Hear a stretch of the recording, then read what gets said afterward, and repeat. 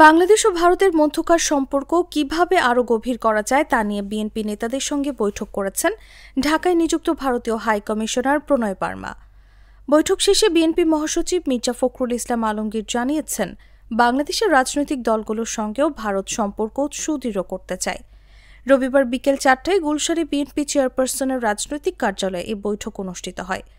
বৈঠকে ভারতের উপ হাই কমিশনার প্রবণ বাধেও উপস্থিত ছিলেন।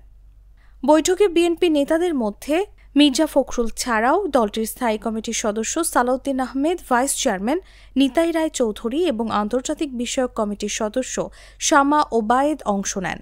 বৈঠক শেষে সংবাদ ব্রিফিংয়ে মির্জা ফখরুল বলেন, ভারত বাংলাদেশের মধ্যে যে আপনার সম্পর্ক, সেই সম্পর্ককে আরও কীভাবে গভীর করা যায়, দৃঢ় করা যায়, সে বিষয়ে আলোচনা হয়েছে। আমাদের যে সমস্যাগুলো রয়েছে ভারতের সঙ্গে বাংলাদেশের, আমরা সেই বিষয়গুলো তুলে ধরেছি। আমরা আমাদের পানি সমস্যার কথা বলেছি এবং সেগুলো দ্রুত সমাধান হওয়া দরকার, সেই কথাগুলো বলেছি। আমাদের সীমান্তে হত্যা বন্ধ করার প্রয়োজন, সে কথাগুলো আমরা তাকে বলেছি।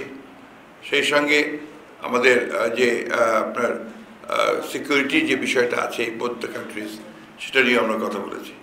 তারা বলেছেন যে তারা এই বিষয়গুলো অত্যন্ত সজাগ এবং তারা চেষ্টা করছেন দ্রুততার সঙ্গে সেই সমস্যাগুলো কীভাবে সমাধান করা যায়।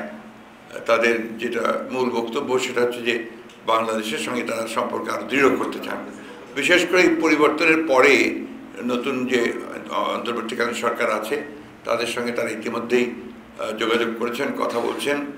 আমাদের সঙ্গে BNP as a political party, আমাদের সঙ্গেও তারা তাদের দেশের রাজনৈতিক দলগুলোর যে সম্পর্ক সেটাকে দৃঢ় করতে চান, এই অবস্থা তারা তৈরি করছেন।